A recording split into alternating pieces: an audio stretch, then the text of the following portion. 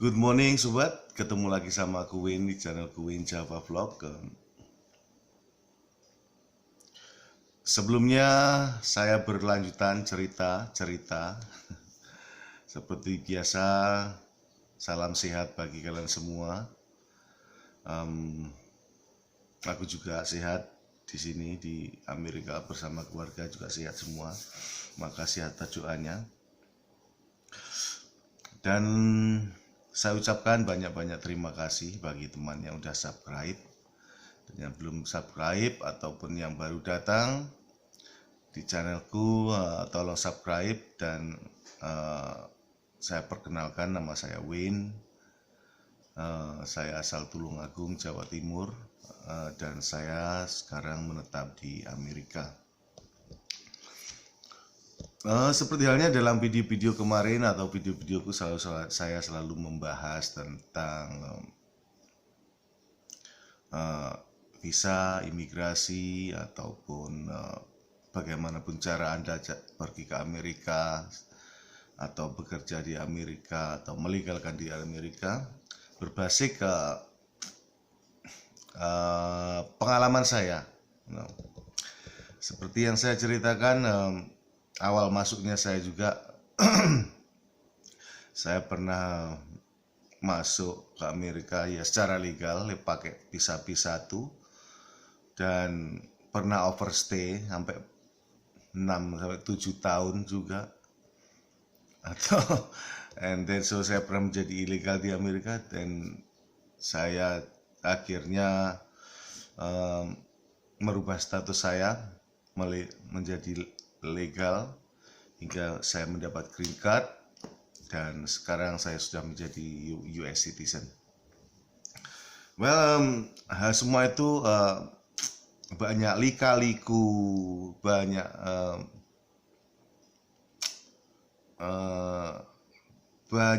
hal yang harus saya tempuh, tapi maka dari itu saya berbagi cerita di sini, berbagi pengalaman, siapa tahu ada manfaat bagi kalian semua, siapapun yang ingin merubah nasib, pergi ke Amerika bekerja dan demi kelangsungan hidup yang lebih baik mungkin. Ngopi dulu pagi ini di sini. Anak-anak juga belum bangun. Tapi biasa kita yang orang tua itu kadang tidur udah susah. Jadi pagi udah bangun.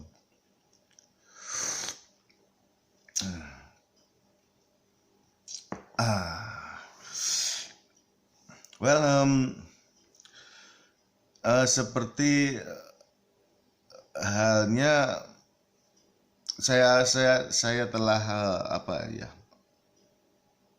make continuously bikin video bersambung tentang dari kemarin itu saya cerita bagaimana awalnya saya masuk sini, suka duka sebagai ilegal, and then continue sampai saya mengurus green card, ya kan. Tapi kemarin itu masih bagian 4, ini bagian yang kelima, okay. And then tolong tonton sampai habis, ya kan, sampai habis karena saya akan di sini ini saya akan cerita dan kasih trik gimana Anda bisa melegalkan diri, ya kan. Memang tidak semua ini tidak semua orang bisa qualify, semua itu hukum di Amerika itu begitu, hukum imigrasi itu, makanya mereka itu memberi banyak jalan sebenarnya, kepada kita kalau kita tahu jalannya itu tidak hanya satu, dan berbeda situasi, berbeda tahun, itu berbeda aturannya. Itu trikinya American imigrasi, law ya.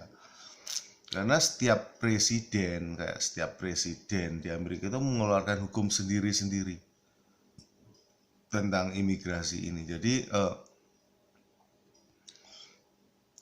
di mana yang Anda tahu, pemerintah Amerika itu dikuasai oleh Demokrat dan Republikan, itu dua partai terbesar yang memegang pemerintahan Amerika. Dan kalau pas pemerintahan Demokrat, seperti saat ini, kayak imigrasi law itu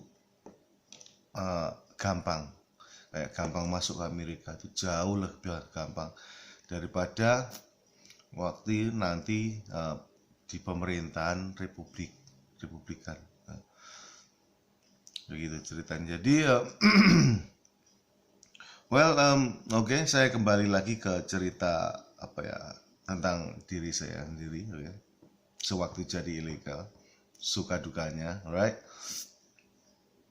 Kemarin itu sampai apa?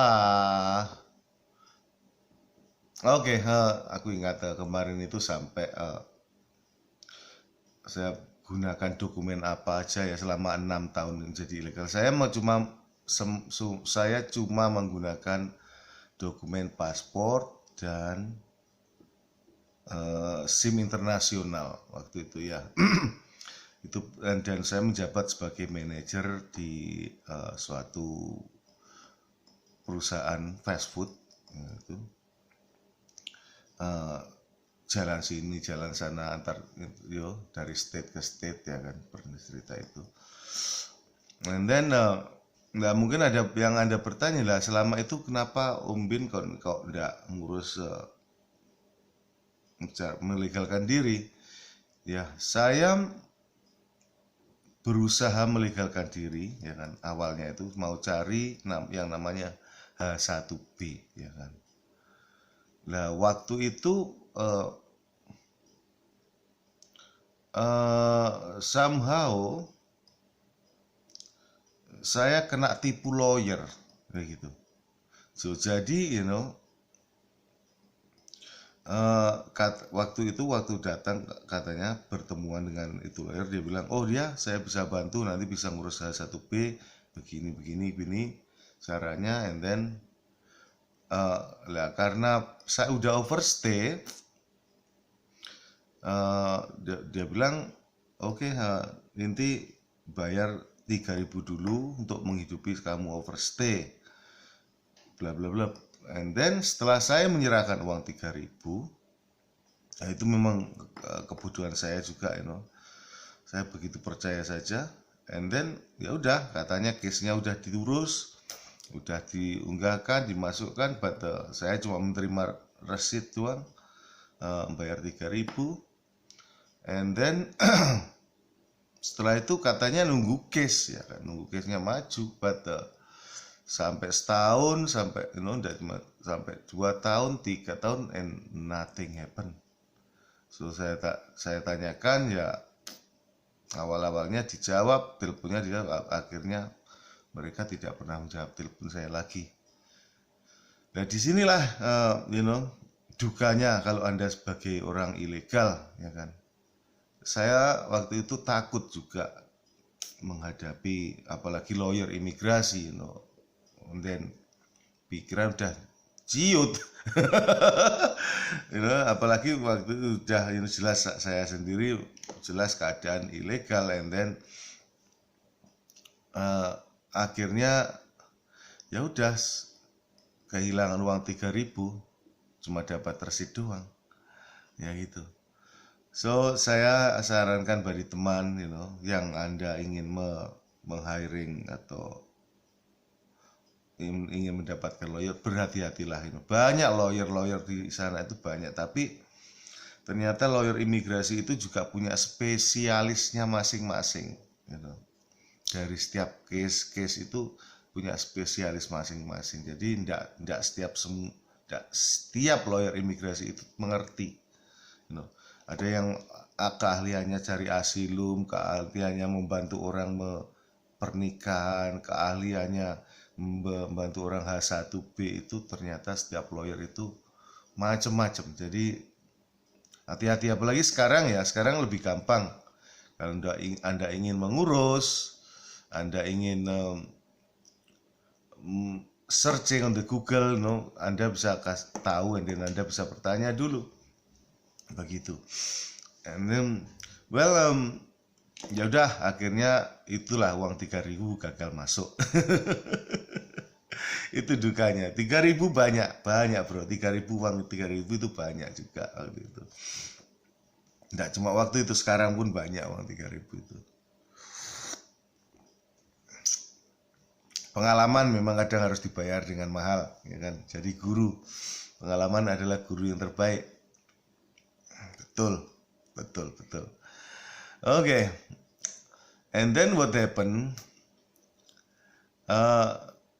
Ya udah, karena takut akhirnya hiduplah saya sebatang kara, ilegal, ya tetap aja, nyatanya tetap aja pekerjaan. And then September 11, ya kan? Terjadi waktu itu September 11 happen, di mana ada teroris attack di New York yang menghancurkan Twin Tower itu. Apa perasaan kita sebagai ilegal waktu itu di sini? Hancur bro juga, sedih dan takut. Karena apa? Waktu itu pemerintah Amerika mengeluarkan ancaman atau mengeluarkan perintah siapa saja, anything, anybody, dokumen imigran harus melaporkan diri. Nah, waktu terjadi apa? Ada beberapa teman yang melaporkan diri, and then akhirnya malah ditahan. Waktu itu, kacau waktu itu, kacau. Gimana? Jadi akhirnya, untung waktu itu saya tinggal di daerah Idaho sana, kota sangat kecil. Jadi di mana cuman ada saya, orang Indonesianya juga pasti, saya selalu solo. Tidak ada orang lain, tidak ketemu orang lain waktu itu. And then akhirnya saya mendiamkan diri, diam diri, tidak melaporkan diri juga. And then akhirnya juga tidak terjadi apa-apa, tapi dengan rasa ketakutan waktu itu. And then itu terjadi pada tahun 2001, ya kan. And then tahun 2002 saya ketemu istri dan menikah di tahun itu juga, begitu. Karena istri saya udah citizen, ya kan, makanya secara otomatis saya juga bisa mengajukan diri, atau istri saya bisa kasih sponsor saya untuk mengurus surat, ya kan. Singkat kata, saya hiring lawyer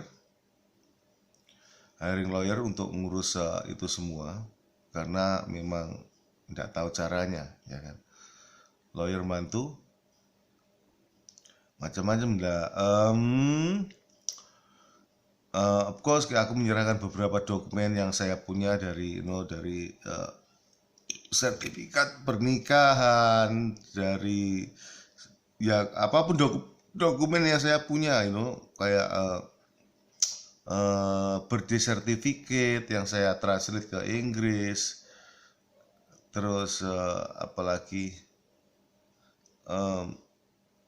paspor, apapun yang saya punya waktu itu, yang dibutuhkan saya serahkan ke lawyer. And then 3 bulan kemudian saya mendapatkan kartu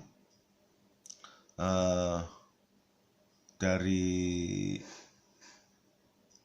lawyer itu, mendapatkan surat bahwa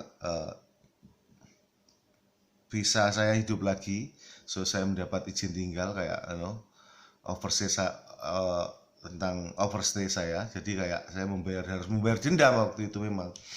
Jadi overstay saya dihidupkan lagi, so menjabat izin tinggal lagi. And then kenapa saya bisa mendapatkan itu? Padahal kan ada aturannya, ya kan.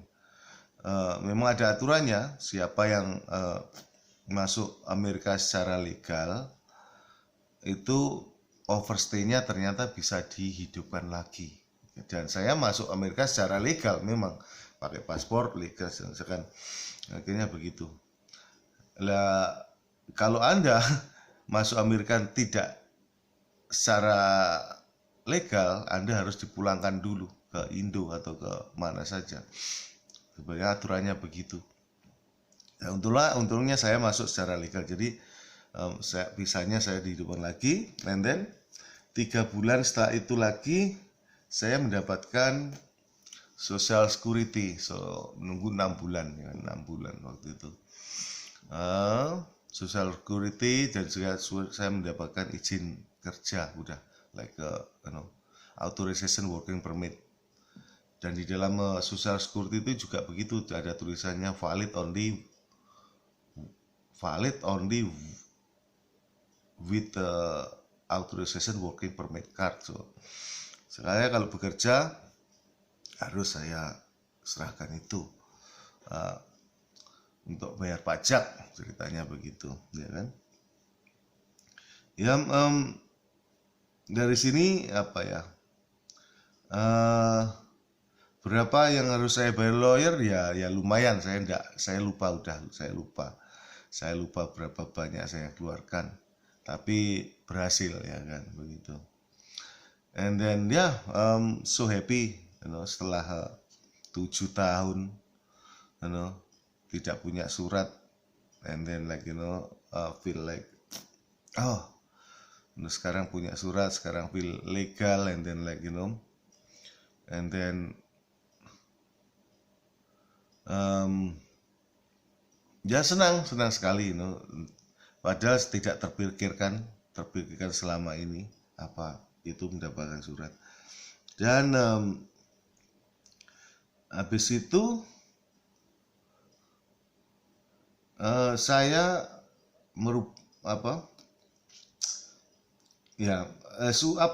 authorization itu dikeluarkan karena saya mengajukan green card, ya kan.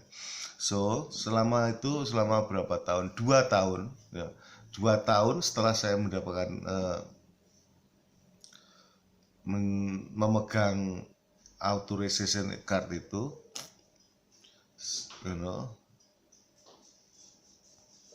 karena itu dalam proses menunggu green card. 2 tahun kemudian saya ada panggilan untuk interview green card, ya kan, untuk interview green card itu tadi. And then saya pergi ke Salt Lake City sana karena saya tinggal di Utah, dan di interview, ya kan. Deg-degan juga ya di interview, karena banyak cerita yang mengatakan, ini bisa tidak berhasil karena gini-gini, pertanyaannya macam-macam, and then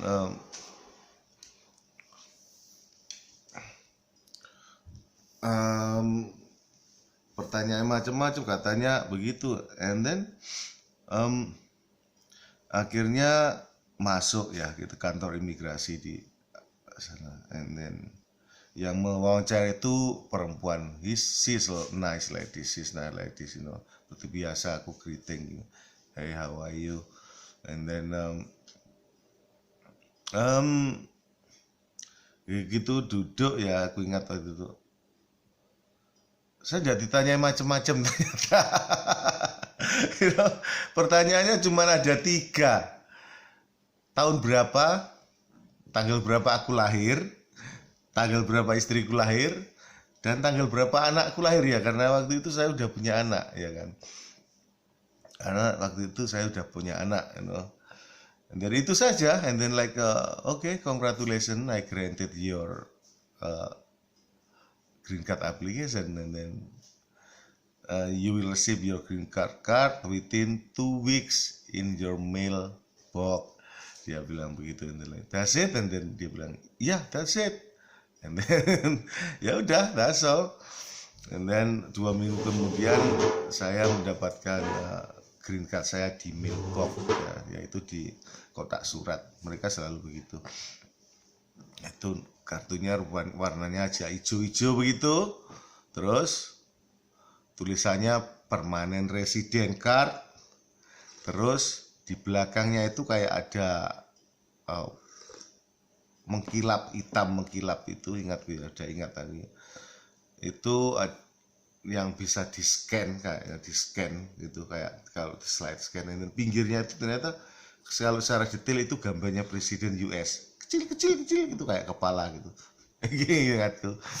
And then seperti halnya semua imigran dream, kalau Anda sudah punya green card, ingin pulang Indo, iya kan? I think itu semua imigran dream itu pokoknya sama, satu, yaitu kalau Anda ingin pergi ke Amerika, bisa kembali ke Indo dan kembali ke Amerika, atau bolak-balik Amerika Indo secara gampang. So gitu ya, of course, begitu megang green card, saya kembali ke Indo juga akhirnya, and then yes, senang, happy, happy, merasakan, and then merasakan normal, maksudnya begitu. Yang dulunya waktu saya ilegal itu ya gimana juga, perasaan selalu ada perasaan rendah diri, ada perasaan takut, ada perasaan begitu saya megang green card, I feel happy, of course happy, ya, more happy.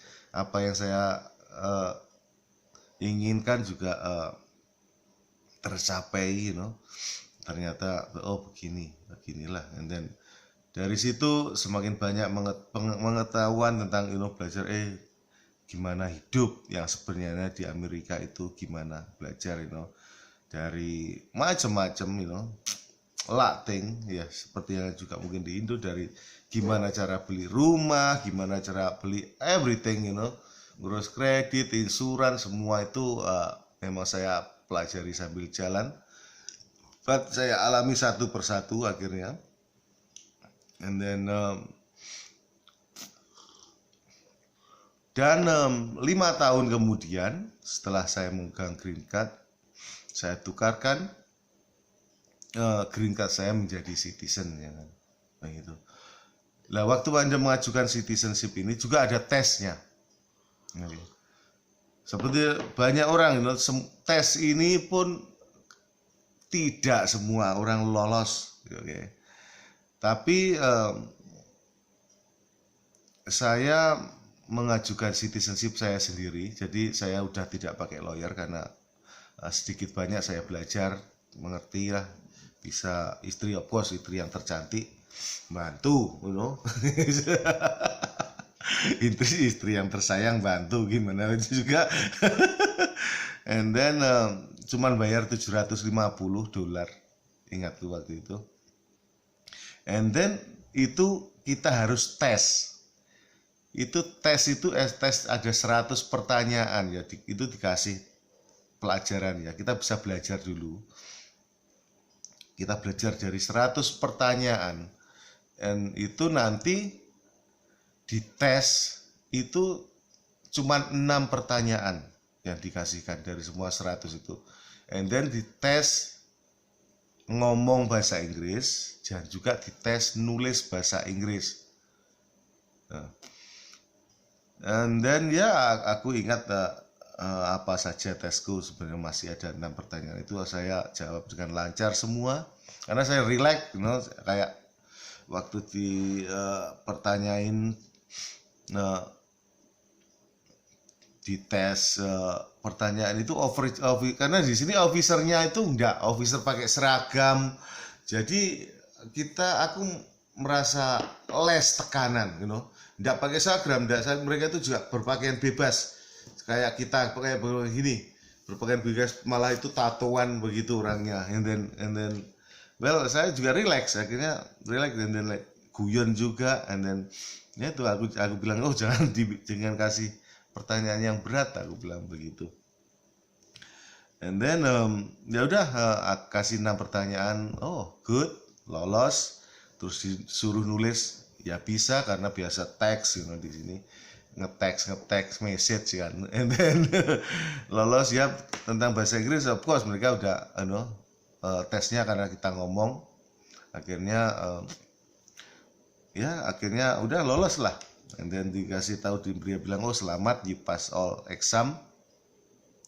And then nunggu 2 minggu lagi seremoni. Ya itu akhirnya 2 minggu lagi saya seremoni, akhirnya dapat sertifikat